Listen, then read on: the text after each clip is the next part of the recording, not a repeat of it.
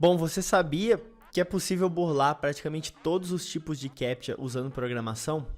Com esse conhecimento, eu pude criar um robô que ficava dando lances em sites de leilões de maneira automática, superando os lances que eram dados por outras pessoas, até que o valor de teto que eu defini fosse atingido, aumentando assim as minhas chances de arrematar o produto. Fala pessoal, bem-vindos a mais um vídeo e hoje a gente vai criar dois robôs capazes de quebrar dois tipos de CAPTCHAs. Já tem alguns anos que eu trabalho com a criação de crawlers ou de bots e com técnicas de raspagem de dados, essa é meio que a minha especialidade. E nesse vídeo eu vou te ensinar de maneira rápida e direta algumas coisas que eu aprendi trabalhando com esse nicho da programação. Então fica até o final que eu te garanto que você não vai sair desse vídeo sem ter aprendido pelo menos uma coisa nova para você aplicar na sua carreira. Para quem não sabe, um crawler, que também é chamado de bot ou spider, é um algoritmo, um programa de computador, cuja funcionalidade é navegar entre páginas de internet de maneira automatizada.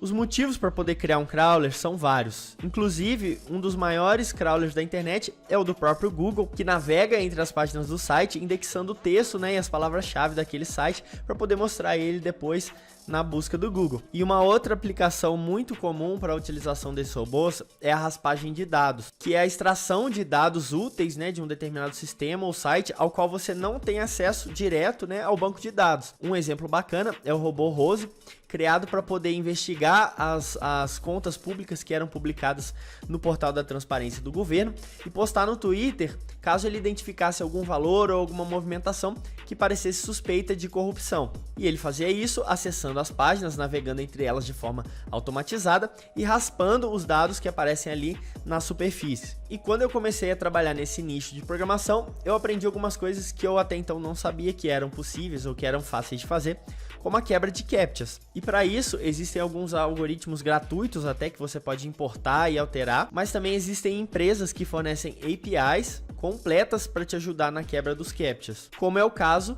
dessa ferramenta que eu vou usar no vídeo de hoje. Antes de continuar, eu quero te avisar que esse vídeo vai ser mais curto e rápido na parte de código-fonte, porque eu já gravei um vídeo completo de 30 minutos explicando passo a passo, linha a linha, do código de programação usado para poder quebrar esses CAPTCHAs. Então, se você quiser saber, o link está aqui no card do vídeo ou na descrição.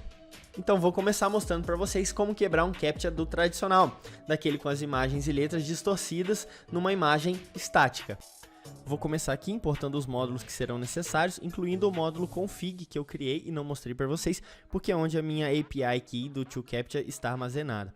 Criei essa função chamada curly, que vai servir para intermediar as requisições que a gente vai fazer para a API do ToCAPTCHA. Em seguida, eu procurei por algum CAPTCHA, alguma imagem de CAPTCHA no Google, para que a gente possa usar como referência para poder ser resolvida pelo nosso script.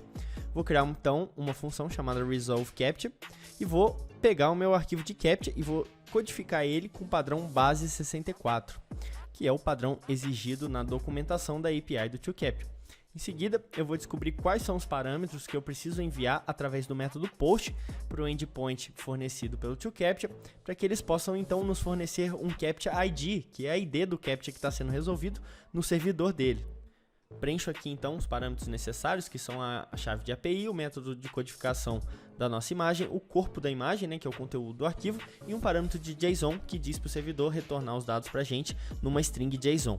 Depois eu faço o parse dessa string JSON e transformo ela num objeto e acesso o atributo request armazenando ele na minha variável CAPTCHA ID. Em seguida, eu crio um loop infinito que vai fazer uma requisição a cada 10 segundos para o servidor do ToCAPTCHA para verificar se o meu CAPTCHA foi então decodificado. Então, a cada 10 segundos, eu vou enviar uma curly request através do método get para o servidor do ToCAPTCHA, passando como parâmetro o CAPTCHA ID que eu acabei de enviar para eles na primeira requisição. Em seguida, eu faço o JSON.parse, já que o retorno também vai ser em formato JSON, e verifico se o status é 1. Se o status for 1, meu CAPTCHA foi resolvido com sucesso e eu já posso então exibir na tela o valor que ele foi decodificado. Em seguida, eu verifico se o CAPTCHA ainda não está pronto e se ele não está, o meu loop infinito continua rodando, a não ser que haja algum erro, que aí no caso vai retornar o console.log falhou ao resolver o CAPTCHA. Então aqui eu tentei rodar pela primeira vez e eu me deparei com um erro. Na verdade eu esqueci de instalar os módulos necessários, então eu fiz npm install request e instalei o módulo request, que é o único que eu estou usando. Em seguida eu tento rodar meu script novamente, mas como vocês podem ver, dá um erro. E o motivo desse erro ter acontecido é porque a imagem que eu estava enviando tinha um tamanho muito grande e a API do ToCaptcha tem um limite de tamanho para que você possa enviar a imagem. Então eu tentei achar no Google uma imagem que fosse idêntica, mas que tivesse um tamanho menor, e eu achei uma com apenas 7 KB, enquanto a outra tinha 140 KB. Então repeti meu teste mais uma vez. E mais uma vez deu erro, porque aparentemente o ToCaptcha escreve Captcha sem T, mas tudo bem, removi meu T e testei de novo, e como vocês podem ver, dessa vez finalmente deu certo e os caracteres da imagem batem perfeitamente. Galera, interrompendo o vídeo aqui rapidinho, se você quer aprender a programar assim como eu, de cabeça, sabendo como as coisas funcionam, podendo escrever seu próprio código, sem depender de tutorial, sem depender de copiar bibliotecas prontas, eu recomendo fortemente esse curso que está aqui na descrição do vídeo, que pelo que eu vi, pela pesquisa que eu fiz, é um dos mais completos do mercado, que vai te ajudar a sair do zero até virar um profissional do mundo da programação, beleza?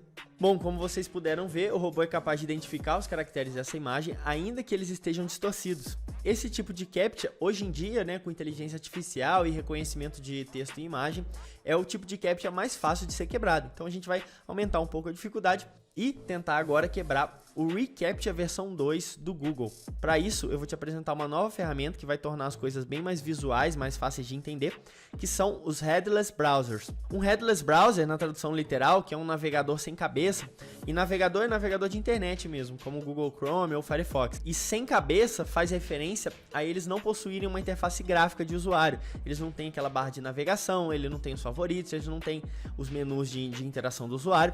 Ele é meio que um navegador comandado através de código-fonte de programação que roda de forma invisível. É claro que você pode ativar alguns parâmetros para que ele se torne visível, que é o que eu vou fazer nesse vídeo, para que vocês possam ver o que acontece, mas o intuito dele é funcionar debaixo do capô sem que você veja e que ele possa ser controlado através de programação. Eles são muito usados para desenvolver casos de teste, por exemplo. Imagina que você tem um site, um formulário, então você pode programar o Headless Browser para todo dia acessar o seu site, preencher aquele formulário e verificar se a resposta que está vindo do site está correta, se está tudo certo, se está funcionando, e te avisar caso aquilo esteja quebrado. Outra aplicação bem bacana para os navegadores sem cabeça é para criar aqueles robôs de Instagram, seja para curtir fotos automaticamente, para seguir de volta todo mundo que começar a te seguir, para comentar de forma automática na foto dos outros, enfim. Muitos desses serviços famosos usam navegadores headless ou crawlers para poder fazer essas tarefas. Nesse vídeo, o navegador headless que a gente vai estar usando vai ser o Google Chrome, que vai ser controlado por esse módulo aqui do Node que se chama Puppeteer.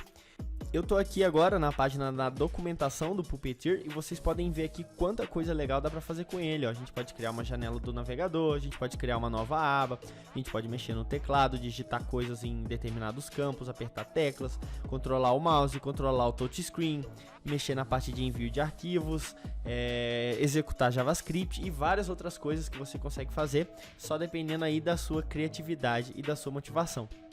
Bom, então vamos agora partir para o código-fonte, onde a gente vai finalmente resolver o nosso reCAPTCHA versão 2. Bom, para resolver o reCAPTCHA versão 2, eu vou me aproveitar do código antigo e só vou remover a parte que tratava com o CAPTCHA de imagem. Em seguida, eu vou criar duas funções, uma função chamada Run e a outra função chamada Resolve CAPTCHA V2. Para resolver o CAPTCHA V2, a gente precisa de dois parâmetros apenas. O primeiro é o URL do site, onde a CAPTCHA está sendo exibido, e o segundo é o Site Key, que é uma chave fornecida para o Google ao desenvolvedor do site para ele poder integrar o CAPTCHA na página dele. Depois que eu extrair essas duas variáveis direto do código-fonte original da página, eu posso então fazer a minha requisição para a API do ToCaptcha, que vai retornar para mim o ID do CAPTCHA no servidor deles, que eles vão estar resolvendo. Depois vou criar um loop infinito, que a cada 10 segundos vai fazer uma requisição para o servidor do ToCaptcha, passando como parâmetro o ID que eu acabei de gerar na minha primeira requisição. Com base nesse ID, o servidor vai dizer para mim se o CAPTCHA já foi resolvido, e se ele foi, ele vai me retornar um token. Esse token vai ser usado para a gente inserir ele na página original, o link onde o CAPTCHA está, e depois a gente possa enviar ele como parte do formulário onde o botão de Submit está inserido. Então aqui, como vocês podem ver, eu estou chamando a minha função Resolve CAPTCHA e caso dê tudo certo, ela vai devolver o valor do token do CAPTCHA. Se der alguma coisa errada, ela vai retornar false. Então eu estou verificando se por acaso ela é falsa. Se for falsa, eu vou mostrar um console log com o erro. Se não, eu vou abrir uma janela de navegador headless, vou criar uma nova página, vou mandar essa página ir para a URL do site usando page.goto e usando a função evaluate. Depois que a página for carregada, eu vou rodar um código JavaScript dentro dessa página. Vou então jogar o valor do token dentro do meu input chamado g-reCAPTCHA response, que é o nome do input padrão usado pelo reCAPTCHA. Em seguida vou rodar o meu código e vocês vão ver que deu um erro. Então eu adicionei alguns console.log para poder descobrir o que está errado, e mais uma vez eu cometi o mesmo erro que eu tinha feito antes de adicionar o T na palavra CAPTCHA, que segundo o ToCAPTCHA deve ser só CAPTCHA e não CAPTCHA. Com o erro corrigido, eu coloquei o meu script para rodar de novo e, como vocês podem ver, mais uma vez deu erro, porque eu esqueci de criar uma variável para armazenar o módulo Puppeteer lá no topo do documento e também de instalar ele usando npm install. Aproveitei para trocar a ordem do código e colocar o navegador para abrir antes do CAPTCHA começar a ser resolvido, para que vocês tivessem uma experiência visual de como funciona um headless browser. Depois de fazer um teste, eu reparei que eu adicionei um await onde eu não devia ter adicionado. Então eu volto, removo esse await que precisava ser removido e por fim a gente pode executar o código e descobrir se está funcionando mesmo.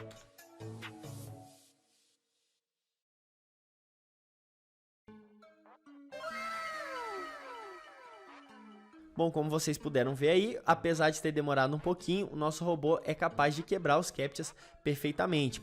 Como vocês também puderam observar, o reCAPTCHA V2 ele é mais complexo. Então a API que a gente está usando demanda mais tempo para enviar de volta a resposta, porque ela precisa gerar um token, que é um negócio mais complexo do que simplesmente identificar caracteres ou números em uma imagem. Bom, por hoje é só, espero que vocês tenham gostado. Se inscreve aqui no canal para você receber mais vídeos como esse, ativa o sininho para você ser avisado e segue a gente lá no Instagram, zerobugs.oficial. Por hoje é só e até o próximo vídeo.